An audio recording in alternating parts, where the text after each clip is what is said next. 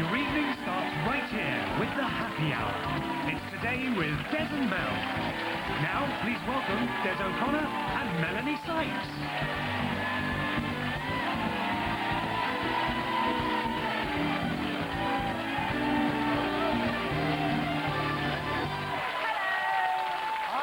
They've come from far and wide today, Somerset and Kent and everywhere else. Wow. How are you, Melanie? I'm very good, thank you. Looking and you? very glamorous, as always. It is the 1st of February, Tuesday, the 1st of February, 2005. It is. Great show today. Top TV and movie actor and West End film star, Patrick Stewart.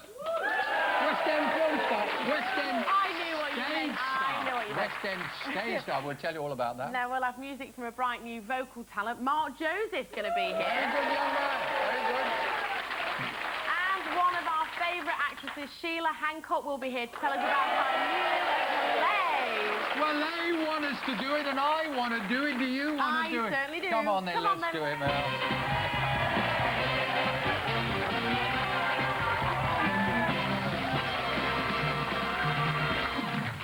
So, every day is a certain day these days. Yes. It's either this day or that day. What is today's day? Well, today is National Chocolate Day.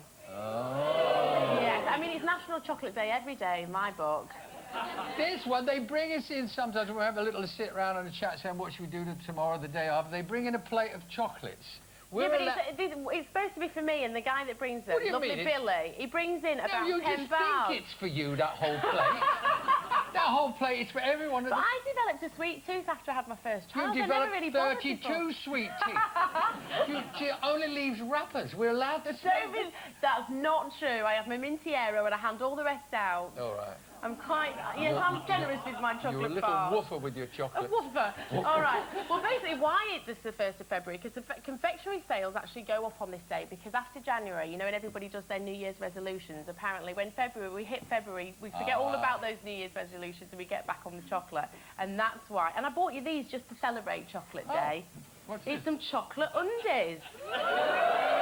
Now, smell them.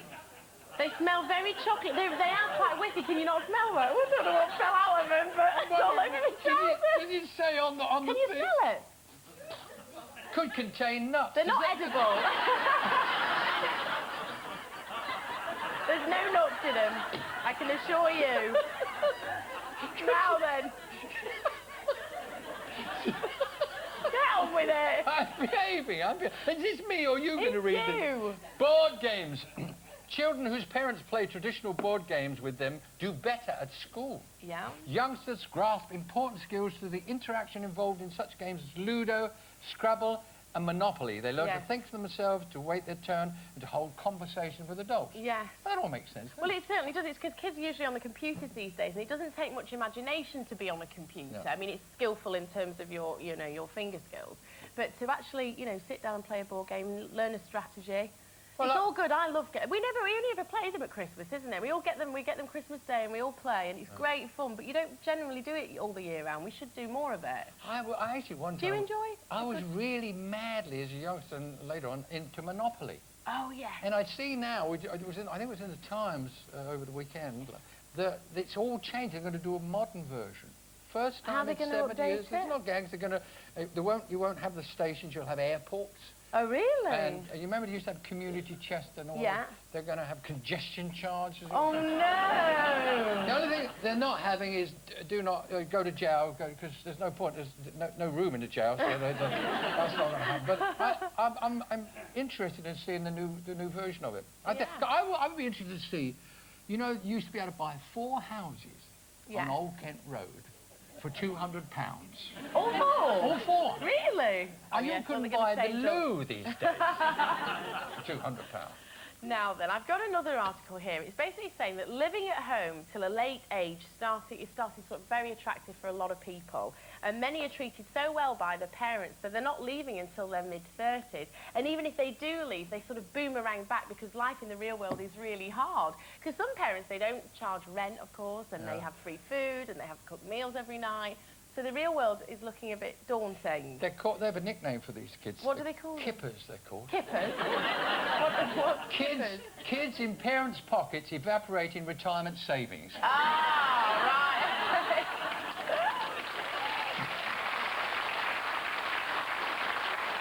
Now, great lineup today. Patrick Stewart's coming on. I'm looking forward to talking to him. And of course, wonderful Sheila Hancock. I know, who's great on the show reviews today. this Oh, week. fantastic reviews. I might read a couple of those too. And I'm just doing so well, and it's lovely. She's such a nice lady. She's playing the mother-in-law from hell. Yes, she in is. the anniversary. And we've got here, these were sent in. I wonder if she's seen these mother-in-law jokes. They were in the paper, I think. They were in the paper in the Mail, and it was Saturday or Sunday. What's the difference between a mother-in-law and a vulture? The vulture waits until you're dead before it eats your heart out. Oh, I haven't spoken to my mother-in-law for 18 months. I don't like to interrupt her. What are the two worst things about your mother-in-law? Her faces. These are just jokes. I didn't write them. A man was told by his doctor that he had only 6 months to live. He decided to move in with his mother-in-law because he knew that living with her for 6 months would seem like eternity. All right, now our first guest for 7 years plays the charismatic Captain Jean-Luc Picard of the Starship Enterprise in the massively successful Star Trek Next Generation. He then starred in the 2 X-Men blockbuster movies, and he's just opened at the Apollo Theatre, Shaftesbury Avenue, starring in David Mamet's award-winning play A Life in the Theatre. Please welcome Patrick Stewart!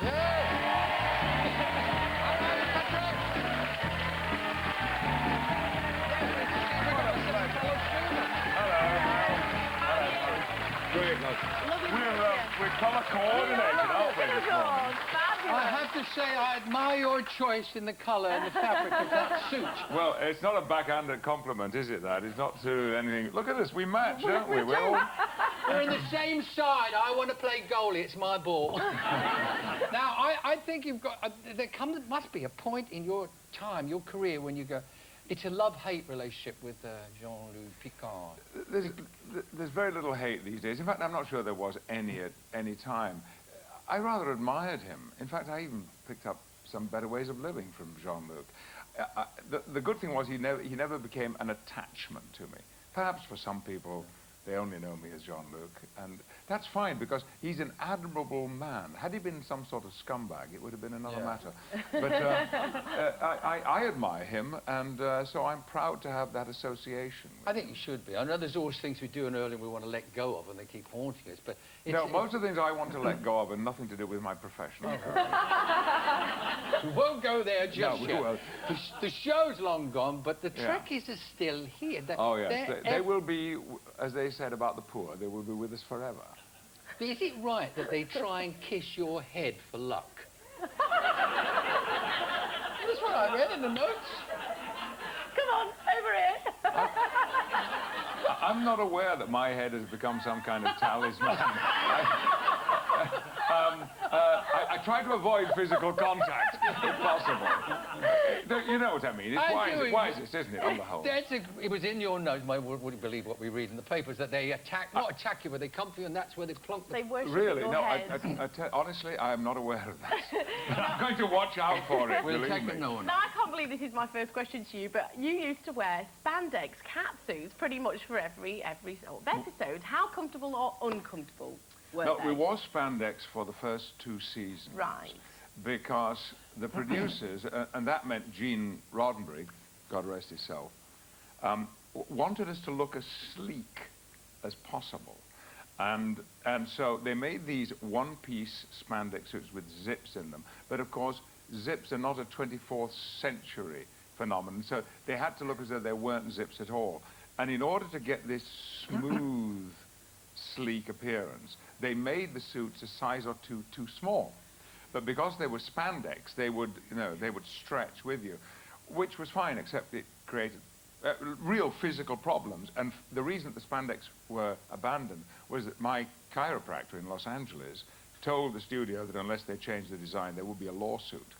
Because the suit did that, so you were crushed in, and you had to push against it all the time. Was this hurting where you didn't want it to hurt?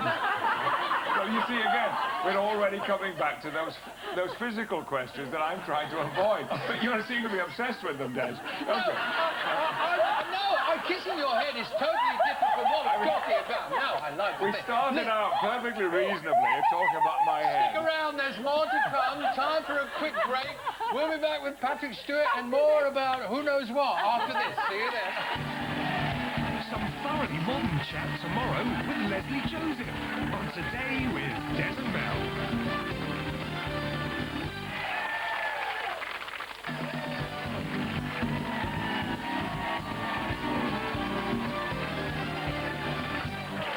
Now we're talking with Patrick Stewart. Yes, and you're about to open at the Apollo in Shaftesbury Avenue. This is a Life in the Theatre. This is what it's called. Yes. And you are playing an actor. Is Yeah, that correct? It is correct. It's a backstage play. Right. In fact, we never go out through the stage door. You see us exit, but we come back in again very quickly. Everything happens backstage, in the dressing room, in the wings, by the stage door, but in a rehearsal room, and on stage, because the way David Mamet has constructed this play, there are extracts from the plays that the two actors, the other one played by Joshua Jackson, are performing in. We imagine, Mamet's been a bit unclear, we imagine it's some kind of summer stock company that they have in the United States, regional theatre, where there are half a dozen plays that are performed during the summer, and that we're in this rather modest little theatre company. And is it just the two of you? It's a double-handed play. There's just the two of you. It is, yes, yes. And did you work with him before? No, no. He's a bright, up-and-coming young lad, though, isn't he? Oh, tremendously bright, terrifically talented. I'm sure he wouldn't mind me saying so, because it's become common knowledge. This is his first stage appearance. Yeah. So everything that's happening to him is happening to him for the first time. And it's wonderful to be an observer.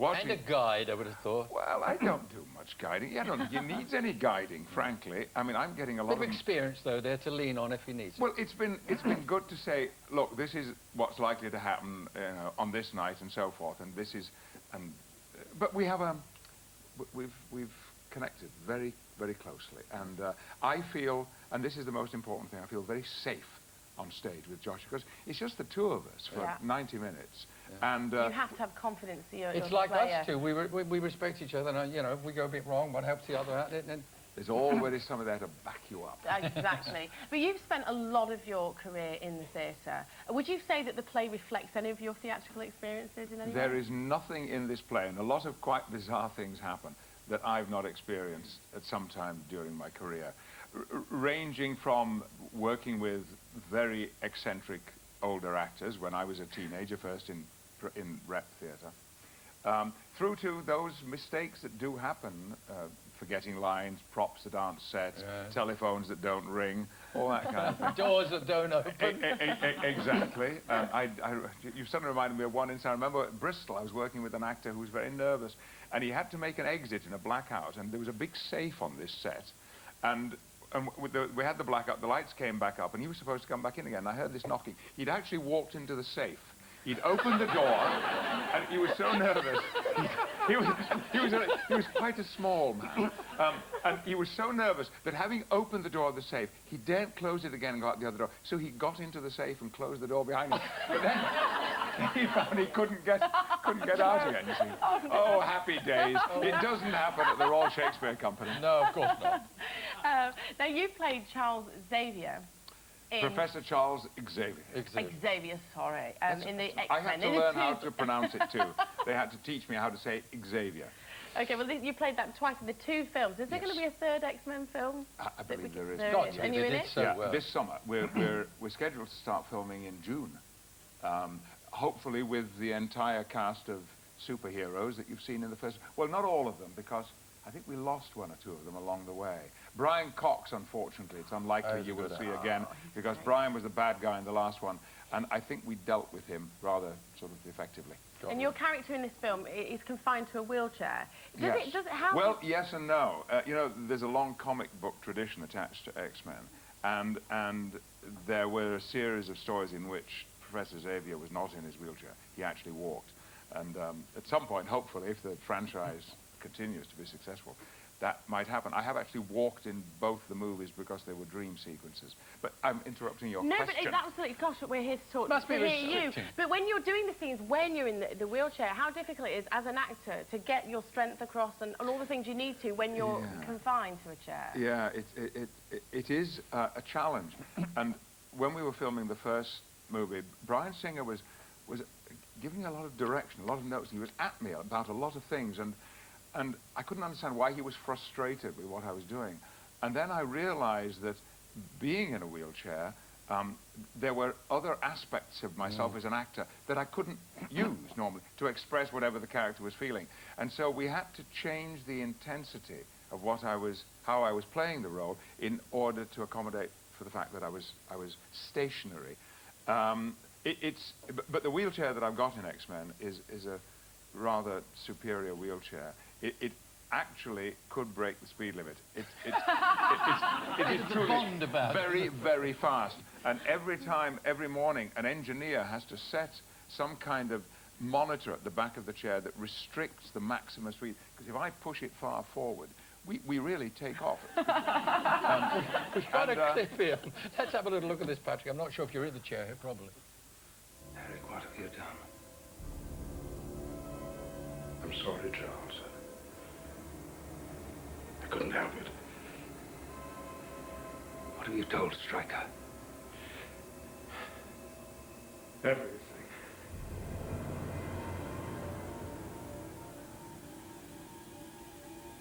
The war has begun.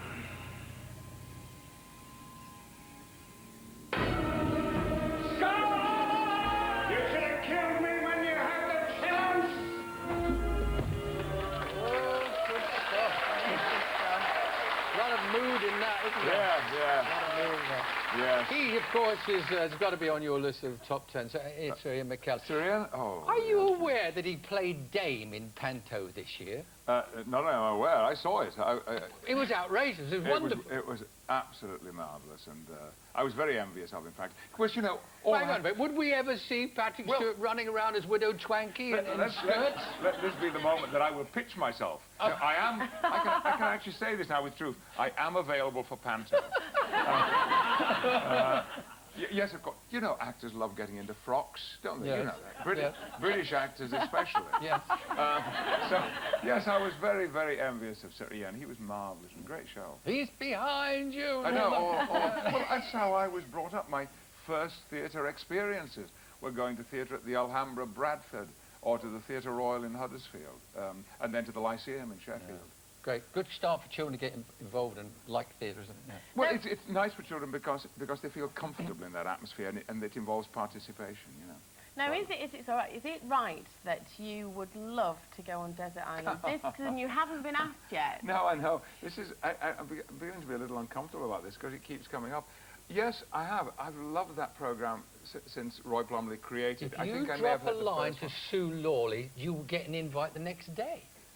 What records? Briefly, but I'll look at about 30 seconds. Oh, well, Des, I'm not going to tell you the records that I'm going to have on Des. Just because I'm not on it, that's right. But if I tell you, perhaps they won't ask me. No, I'm a big fan of the show and a big fan of Sue Lawley as well. And we've been trying to negotiate it, but it just doesn't seem to happen. Well, listen, good luck with this play. Not that you need that. I think it's going to be fantastic. Yes, you always need it. Yes, of course. All right. Well, if you say you need it, I don't think you do. It's going to be a big, big hit. Will you thank Patrick Stewart, please? Thank you. We have a gift for you, by the way. It's the Game Boy that you lost on the plane, so we've got that for you. I'm just explaining to Patrick that he loves, whiling the hours away on long flights with a Game Boy, and he left it on the plane, so Des and Mel, we got him another one. Thank you very much. Thank you, Patrick. Lovely to see you. Lovely to see you.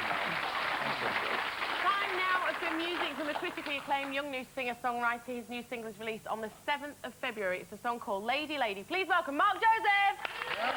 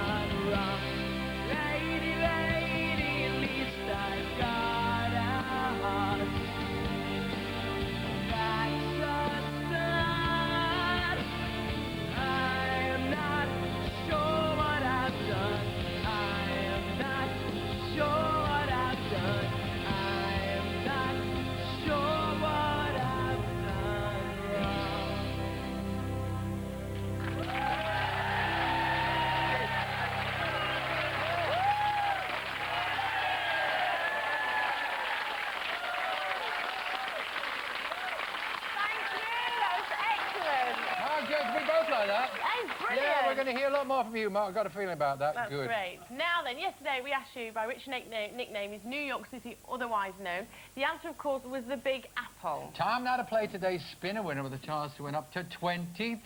On the line today we have Sarah from Bournemouth. Hello, Sarah. Hello. Hi, Sarah. Now, you have the choice of two subjects, which today are Star Trek and Las Vegas. Right. So, which do you want to answer questions on? Star Trek. All right, then. Fantastic. Now, you've got 5 words related to Star Trek. Gosh, I can't say my words today. And you've got to try and guess what they are. You'll get £100 for each correct answer and have 30 seconds to do it. Are you ready? Yeah. OK, Sarah, wish you luck. There's 20,000 up there for grabs, probably. Time starts now. Captain Kirk. Yep. Spock. Yep. Enterprise. Yep. Spaceship. Space. Beam me up. Scotty. Klingon. Yes. Warp speed. Yeah! Wonderful! Well done. Just for your second list.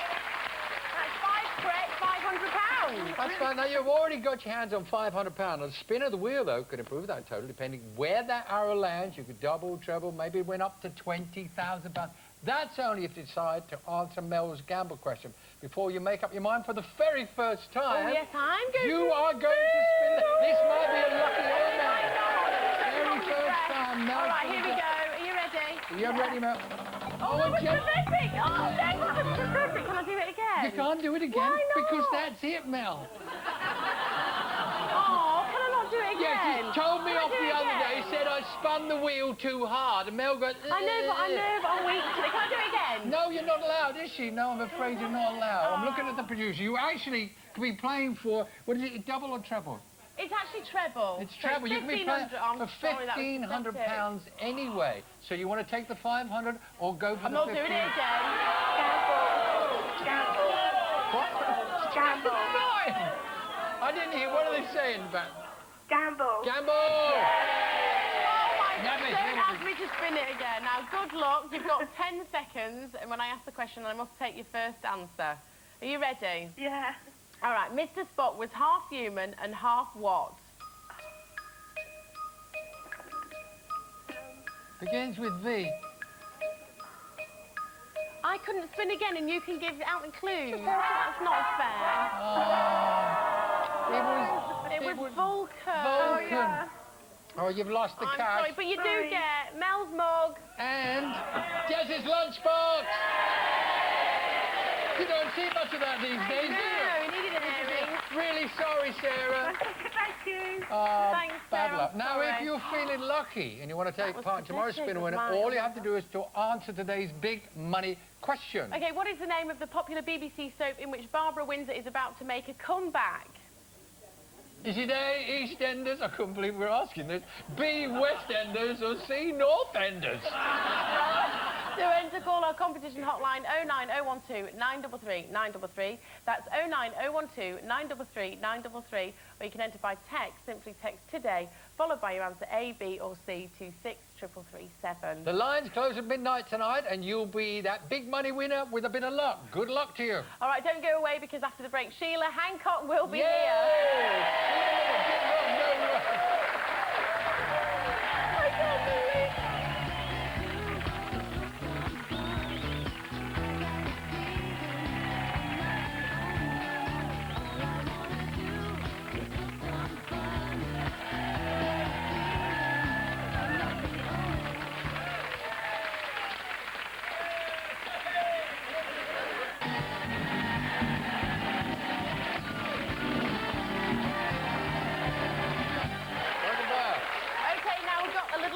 Here from the papers to share with you. You haven't got over that spin yet, have you? No, it was the most pathetic thing ever. I can't believe I did that. And don't ask me to do it again. Never. Never. You won't, will you? Never ever. I wasn't very impressive. Never mind. Now then, Sexy 90s have put British women top in the European Lingerie League. Sexy 90s? Sexy 90s. We've surpassed the French because for a long, long time now, the French women have always bought the frilly knickers and everything that's been going on underneath the clothes. And now it's the British ladies. They spend an average of £72 a year on smalls and scanties. I've never heard of that word. Is that an old-fashioned word? What? Scanties. Yeah, it's an old-fashioned. Well, that's why I'm asking Cami you. knickers No. was another one. Cami knickers. Oh, I remember cami knickers. You get a little lovelier each day with wearing a little bit of camo. Anyway, carry on. Right, I'll carry on, yes. And apparently women aged 15 to 24 and 25 to 30 are going out there buying all these knickers, and the trend has definitely moved towards having more underwear and enjoying it. It says they will often spend more on their underwear than the rest of their clothes because it can make them feel good. Sadly, British women are still likely to be confronted with baggy boxers on their other half because men spend a pitiful, listen to this, ladies, 13 quid a year on undies. Hang on a minute. £13! You know that's probably, what, a packet of 3? I mean, that is terrible. What are we talking about? For a whole year! For a whole year, 3 knickers! Yeah, did you have to make it a packet of 3? That didn't sound right. In actual fact, I've got something I want to tell you now. My secretary... we're getting an intimate secret No, here. well, Linda Farrow is my secretary, has been for 20 years, and throughout the last 12 years, Yes. on the first of every month, so I've got them today, and Yes. it's not just a coincidence, that is, I get a packet of new underwear. She gets them she for gets you. them for me. And she stayed with you for 20 years. Well, I haven't... I can't believe you get She to buy your knows. My undies. size has not Does she? changed in all... It's always been 32 waist, and Yes, that's it. that's all we need to know. It's very good. By the way, on the set, we're going to be frivolous today. Go on. Pamela Stevenson once came on my show years ago. You know Pam Stevenson, Billy Connolly's Of wife. course I know she is. She's been on the show. A little bit wild. She brought on a thing called knickers for 2. Right, oh no, really? Knickers I've for got 2? a pair of them here. Oh no. In that little box? Well, really, these should be vitamin tablets for you, but No, what I they need are... them today.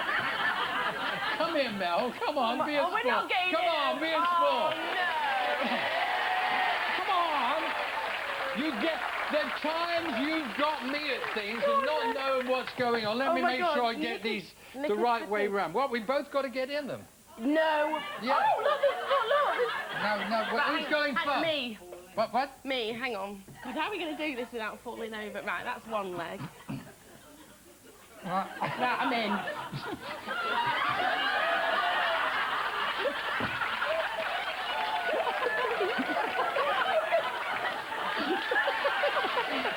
Getting to know you, getting to know...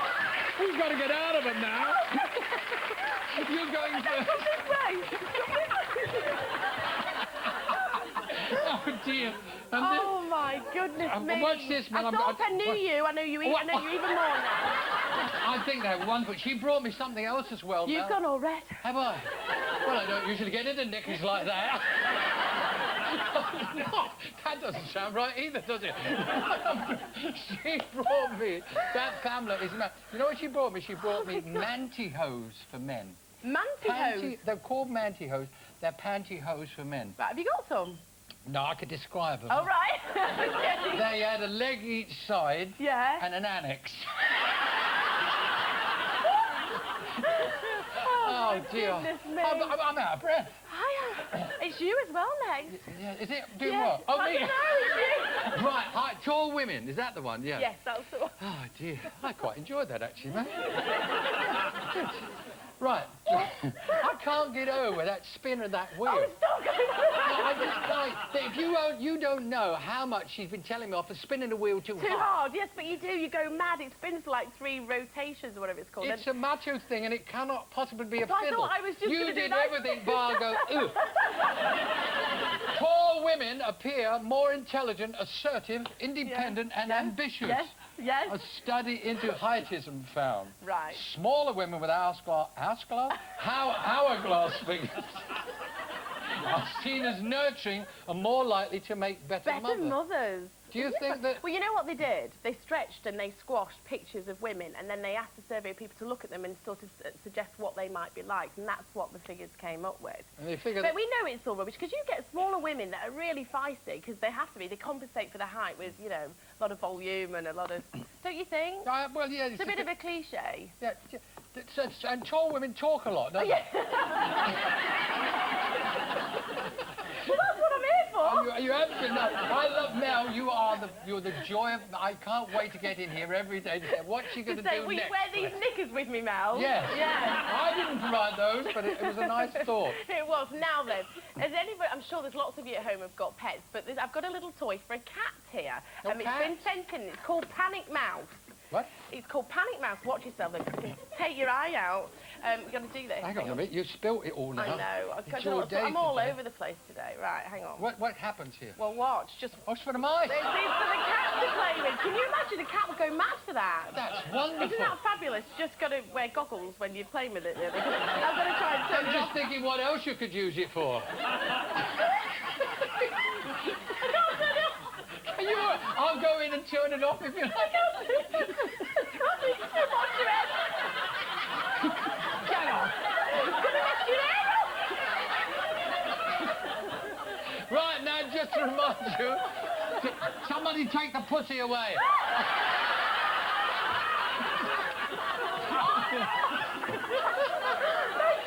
Just to remind you that if you're feeling, whatever, lucky, Oh and you want to take part in tomorrow's Spinner Winner, all you have to do is to answer today's big money question. Okay, what is the name of the popular BBC soap in which Barbara Windsor is about to make a comeback? Is it A, EastEnders, B, WestEnders, C, Northenders? To enter, call 09012 933 933, or you can simply text today, followed by your answer A, B, or C to 63337.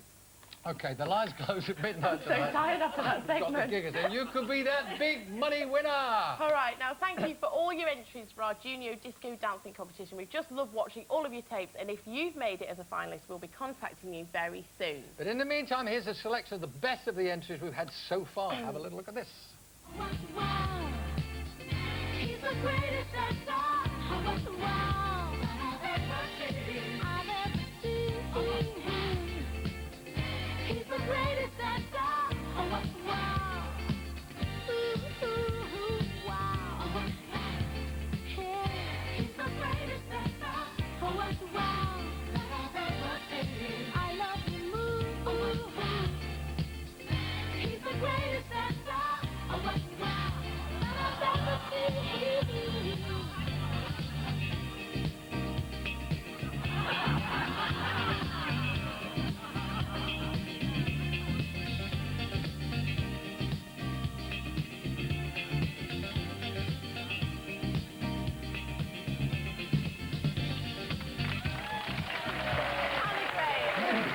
I really love watching that, the So kids. good. Now, before we move on to our last guest, I just want to say a big hello to Stuart Fishlott. When I was 15, I used to babysit for him. Did you? I did. What was he And like? he's about 21 now. He was a right pain in the neck. No, I'm only joking. Now, he'll be in the tap room at the Bridge Inn on Mosley Brew. So I want to say hello to you and to all the boys there, and in particular, my Uncle Neil, who's there, and I love you to bits. I had to do that. I wonder why. I must check that out later. You babysit, were you? I was yes, of course, I used to babysit. Imagine this one turning up to do babysitting. Oh, I've got 2 kids. I'm fantastic with children. Yeah, you didn't have them then, did you? No, I didn't have them then, no. Now, it's always a delight, more than a delight, a pleasure to welcome our final guest on the show, because there's so much to talk about her. We never get to go past a couple of things. We thought we'll ask her this, that, and the other. She's just got rave reviews. She's getting them at the Garrick Theatre. Wonderful, wonderful. Please welcome Sheila Hancock!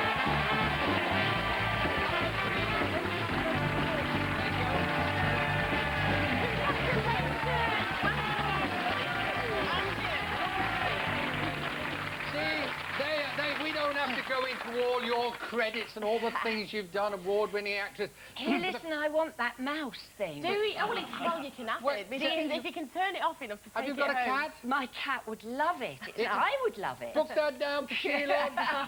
OK, you got that. Would you like some chips with that, fried? It was wonderful. Now, the first role you did, and you've done so many, prestige roles, wasn't exactly Lady Macbeth. Tell us the very first thing you played. But I'll tell you about that after I've told you one of my prestige roles, which was with Patrick Stewart at the Royal Shakespeare Company. That wouldn't be bad. And we did the worst production ever at the Royal Shakespeare Theatre. It was Titus Andronicus. He played Titus, was absolutely brilliant. I, however, was Tamara, Queen of the Goths, who ended up eating my sons in a pie. And there were bodies all over the place. I could not stop giggling. Patrick got so angry with me. But it's one of those productions where people say, I saw you in Titus Andronicus. Nobody came. Just a few people, and they're a kind of cult, because it was so awful. I can't However, believe that you were one of the 7 dwarfs. I was indeed. Which one? I'm afraid Dopey. Yeah, I so badly wanted to play Snow White, and I was given the role of Dopey, and I was so upset, and my mum said, well, all right, you'll have the best costume. We'll make you a beautiful costume. So she made me this little hat and a beard on a piece of elastic. And on the day that we did it, it was, hey ho, it's off to work we go, up the steps. And I fell over, and the beard went up under my nose, and my hat fell off. And I pulled it back, and there was a huge laugh from the audience. Yeah, it got you hooked, So I didn't did it again and again, and I fell all over the stage. And it was the beginnings of me overacting. It's funny because Dopey, there's a kind of tenuous link to Grumpy, which the last thing I saw you on the screen was over Christmas when you were being, I don't know what Grumpy you were old women, wasn't Grumpy that? old It was women? great to say Yeah, that, actually. yeah. But Well, you, there's anything, another one coming out. but as you were well. talking about, oh, it's another one. Well, there is another one, What yes. was it That was about Grumpy this Old Women time? at Christmas, and there's another one coming Is there a out, I think. theme? That was Christmas. Is there a theme? Yeah, no, the other one, there isn't a theme. I'm grumpy about everything under the sun. It was so funny because when they asked me to do it, I thought, I don't know, I'm not very grumpy. Why did they ask me to do this? Once I started, they couldn't shut me up. They kept saying, right, cut, and I was saying, no, I thought of something Another else. thing. And I went on and on and on. What you feel? Anything particularly that you're quite passionate about? Well, my most recent one is the post office. You know, they never deliver my letters. They throw them away, obviously. And then I have one of those things where you have to go to the post office to pick up a package, you know. Oh, yeah. And we waited for hours. There was a queue of people, nobody on the desk. And eventually I shouted and said, look, we've all got jobs to go to, you know. And eventually a very sort of 2-year-old girl came out and said, she didn't say she was sorry or anything. But what really annoyed me was that nobody else in the queue was angry. No. That's the It's British, though, isn't it? conditioning, though, isn't it? You just kind of But wait. that's what makes me more I angry know, than of anything, course, that of people course. aren't grumpy. There's a lot I want to talk to you about. Grumpy, otherwise the new play. Back after this, ladies and gentlemen. Do not go away. Sheila Hancock is here. This week, we're famous and frightened with Claire Sweeney, and Deborah Stevenson, Corrie's former bad girl, pops in.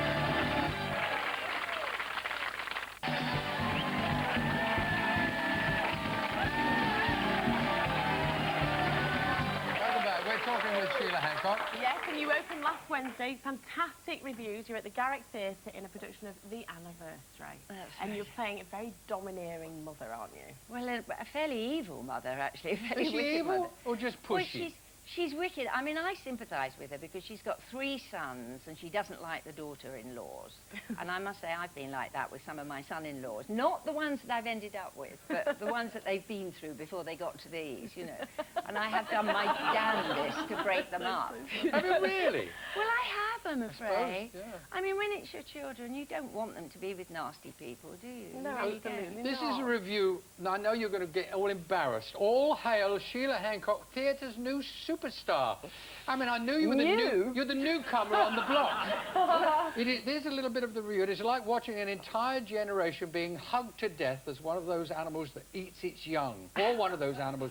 Like a piranha in a tank of goldfish, Sheila Hancock storms to her own household at once its matriarch and its greatest threat. I bet you're having a ball doing this. Yes, I am, actually. I'm really enjoying being nasty. It's absolutely lovely to go on stage and get rid of all your venom, you know? And roars of laughter too. Well, wouldn't it? yeah. It's very interesting because I did it before many years ago. I did the film with Betty Davis and I did the original production playing another part. Obviously, I was much younger.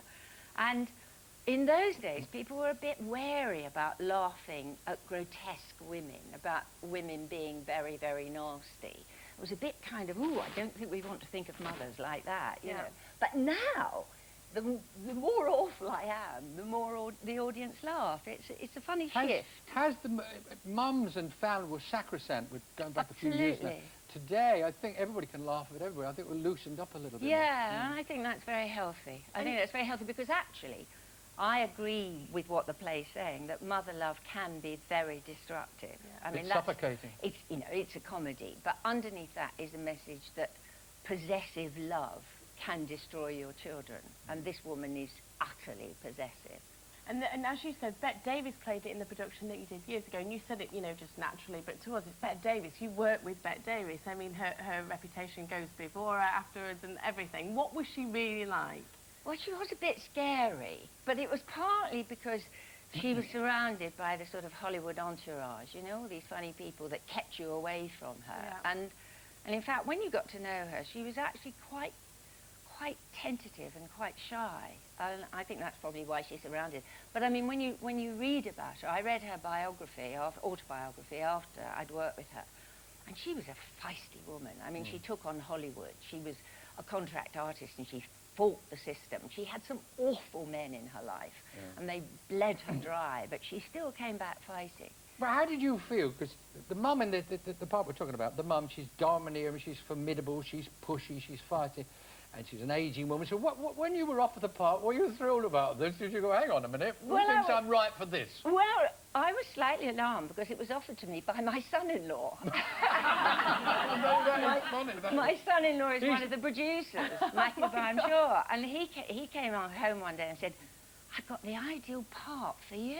And I said, oh, really? Think it would be some nice mumsy part or something like that? And he said, the anniversary. I said, what?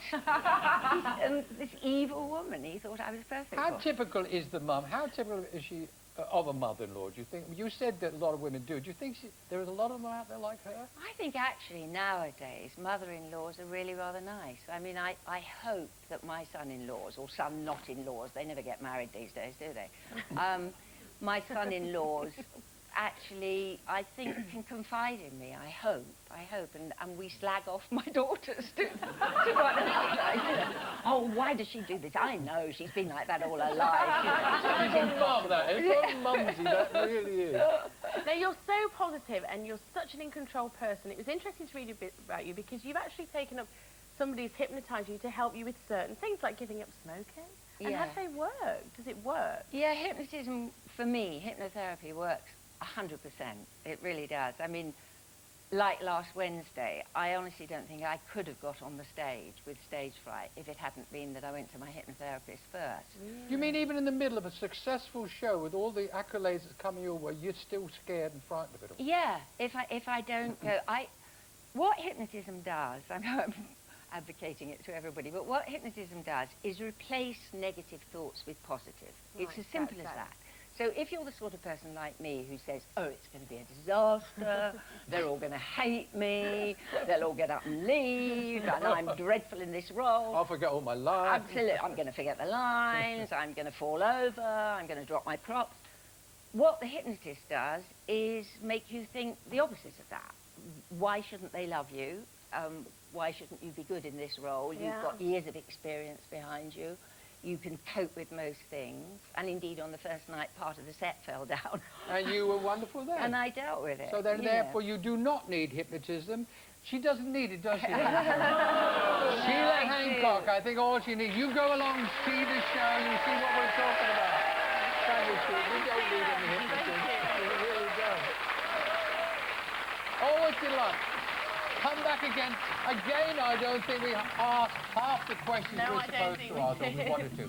Well, that is it for today. Make sure you join us tomorrow, because we'll be joined by another great lineup of guests. And one of you could stand a chance to win £20,000 in Spin a Winner if I'm not spinning. All the fun at once. See you tomorrow.